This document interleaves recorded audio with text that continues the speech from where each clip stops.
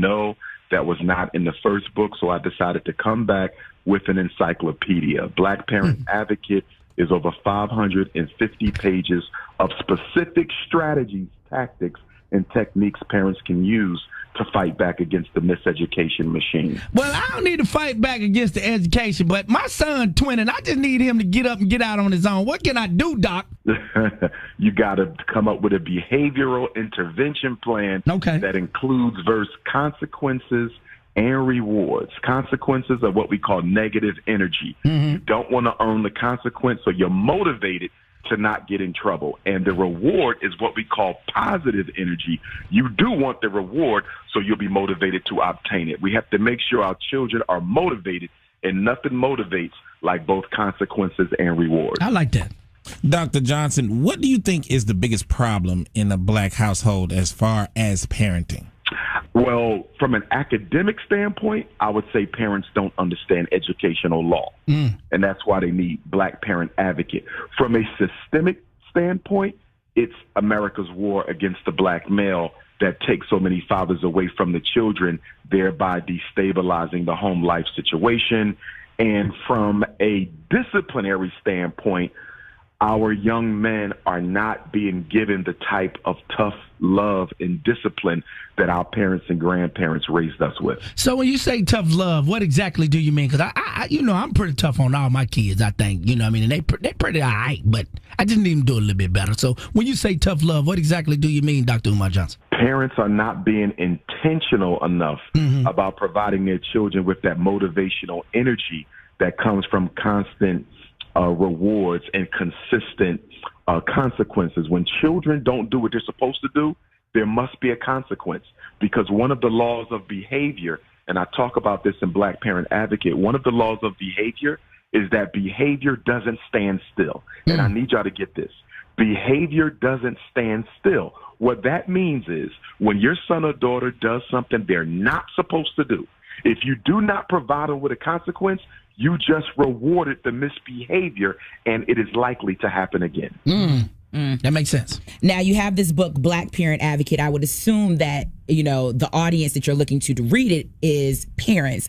Are there any other people that you want to target with this book? Absolutely. I believe everyone in the African-American community needs a copy of the book, because if we all claim to care about the community, if we all claim to be about the future of our children, if we all claim to want to be educated about what they're doing to our children in these schools and how we can reverse it, we all need to read the book. There's nothing that bothers me more when I hear people say, well, all of my children are grown, or I don't have children at home anymore. That's so selfish, because from an African cultural perspective, that's me. Children don't belong to the parents. They belong to the community. Now, Dr. Johnson, why do you think that, because I've seen that some people have had negative things to say, there's been some backlash. Why do you think people are so, what's the word I'm looking for, afraid of what you say, of your speakings? Well, in the general scheme of things, they're a minority compared to the support. But the difference between my supporters, which outnumber the detractors 1 to 100, is that the detractors are very consistent. So if you notice, it's like the same people, the same 30 dozen over and over. It's like a full-time job. Like they have a full-time job of trying to bring me down. And to be honest with you, I think it's because I'm so unapologetic in my positions. I'm very respectful of everyone and what they live and what they stand for, but I reserve the right to articulate what I believe is in the best interest of the black community. And I think our community isn't used to black scholars, PhDs, being so unapologetic. Most of our people are very, very politically correct, and I'm as politically incorrect as you can possibly be. Before we get out of here, 2020 has been one of the worst years in recent history, and it started off with the death of Kobe Bryant. Now, there was a video that circulated that was saying that you thought it was a conspiracy rather than an accident. Can you explain to the people what you were saying in the video, the people that are listening here in Charlotte, North Carolina, and for those others who are absolutely. Helicopters don't just fall out the sky. I happen to know a couple of pilots of my own. They all told me, not one of them felt that this was natural, that it was organic. They believe it was contrived. As you know, they still haven't been able to find that box inside the helicopter. that basically records all of the conversations and communications that take place in a helicopter. That mysteriously has vanished. Nobody has it. I definitely believe Kobe Bryant was assassinated. I have no doubt about it. And if you look at the way Kobe was moving, there was three things quickly that he was involved in that would have made the power structure upset. Number one, from what I understand, he was in talks with various Chinese businesses about launching a counter professional association that could have rivaled the NBA. So that's number one. The NBA was not happy about America's superpower competitor, China, possibly building its own professional basketball association with Kobe Bryant as the face. Number two, Kobe Bryant was getting involved in a lot of biotechnology research. Mm-hmm. And as you know, that is a very, very financially lucrative field. That would have upset a lot of competitors, as well. And on top of that, number three, Kobe Bryant was getting involved in a lot of other businesses that you don't traditionally see black athletes and entertainers get involved in. Like, he was really going in another direction. And I felt a lot of people felt that he was losing his place and getting involved in things that black people are not supposed to be dealing with. Now, Dr. Johnson, why can't it just be an accident? It could. It could very well just have been an accident. But as I said, helicopters don't just fall out of the sky. And as I was told from one of the pilots that I know, when you go through flight school, you're taught how to fly through fog. So what they felt was that the amount of hours that pilot had in the air, they said there's no way that he fell out of the sky just because he could not see. They told me that you're trained to fly through the fog. One pilot told me he flies through the fog almost every day. He said, Dr. Umar, that is not no justification for that helicopter falling out of the sky. And where's the damn box at? Where's the box at, and where is the box? Where is the box? Where the box at, Burpin?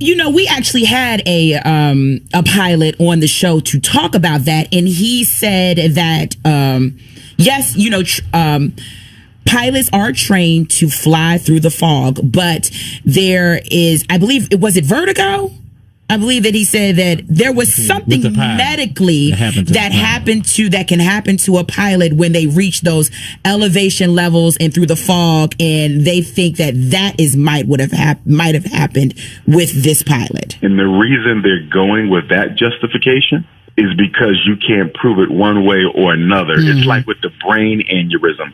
When you commit an assassination and you don't want people to know what exactly happened to the person, you blame it on a brain aneurysm, because a brain aneurysm is very difficult to prove or disprove as a cause of death. And let's also keep in mind that the Federal Aviation Authority has still, at this point in time, concluded that they still don't know what the cause of the crash was. So even at this date, there's still an unconfirmed reason for why Kobe's helicopter came. Where's the box at, Dr. Umar? Where the box at? I'm with you. Where the box at? And I don't like to feed the conspiracy theories, but you do have to look at the fact that the night before Kobe died, LeBron had his number on his sneakers and passed him on the all-time career scoring list in Kobe's hometown, my hometown of Philadelphia. It's hard to also ignore that, because one thing we know about the power structure, many of their assassinations tend to have a philosophical and symbolic implication. Absolutely.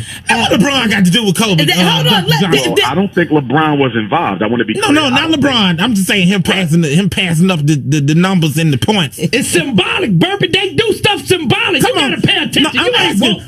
I'm asking Dr. Johnson. Where's the box at? Where is the box? I'm asking to know where the box at. I'm asking Dr. Johnson because I'm one of the ones that's like, okay, come on, Dr. Johnson, come on now. You saying that you think Kobe was assassinated. Now, the same way you say they can't prove that it was the aneurysm, you can't prove that it was an assassination. You can't, but you must also leave the door open for the possibility, because, again, the Federal Aviation Authority has yet to give us a conclusive reason for why that helicopter fell out of the sky. Right. I want to go back to the conversation about education, because that is very, very huge to me. Mm-hmm. Used to work in the schools, and teachers are something that are very, very special to me. So I want to know, from your perspective, what is your message to African Americans that are looking to get into education, or our current African American educators? What is your message to them to help our kids be successful as they are actually in the school system? That's a very, very great point. And to answer your question, the most important thing I need to tell our teachers is they do make a difference. I always get emails from teachers saying, Dr. Umar, I'm tired of this. I've been teaching for 10 years, 20 years, 30 years. I don't think I'm getting through to these kids. The way that this curriculum is designed isn't meant to benefit anyone. And my message to them is simply this. You must plant the seed, but you must understand that God decides when the seed will bloom. The problem with us is we're so impatient. We want to impact the child now. We want the child to change now. We want to see the results now. You may plant a seed in the first grade. You might not see it grow into the fifth grade. You might plant a seed in the sixth grade, but you might not see the seed grow into the ninth grade. We have to understand that one of the laws of nature is that whatever is planted will bring forth. But we don't decide when it brings forth. And so I have to tell teachers all the time, you're making a difference. You just can't see it because the seeds that you're planting in that child's mind need a little bit more fertilizer before they decide to grow. And in case you guys don't know, we have a national African-American teacher shortage for the first time in America since school desegregation. We don't even have enough black female teachers anymore in this country, let alone black males. And that's because of the burnout.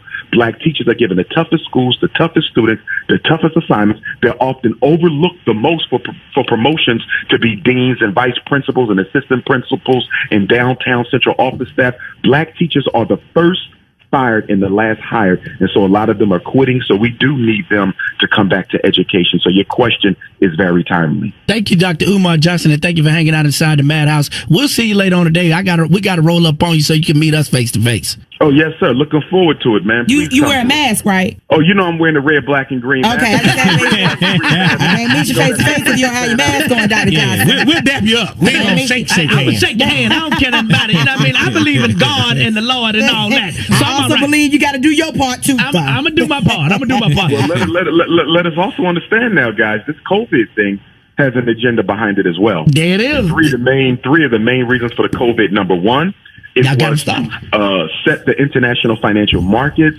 A lot of second and third world nations, particularly those in Africa and the Caribbean, they were beginning to empower themselves. Nigeria is the fastest growing economy in the world. And one of the things that COVID did was it sabotaged the entire global market, which basically forces your second and third world countries to go crawling back to the U.S., to the U.K., to France for loans and grants from the World Bank, the International Monetary Fund. So this thing was set to destabilize growing economies. Number two, this thing was also done, I know this sounds harsh, but it's so true, to get rid of a lot of the elderly people in the world. According to the United Nations, the amount of old people, elders, who will live in this planet may surpass the amount of youth in the planet within the next 20 years. And Africa is home to the oldest population in the world, which are elderly women. So you ask yourself, what's wrong with old people? Two things are wrong with old people from a selfish capitalist perspective. Number one, old people don't work. And number two, old people don't buy. And in a capitalist society, you only want people who can work,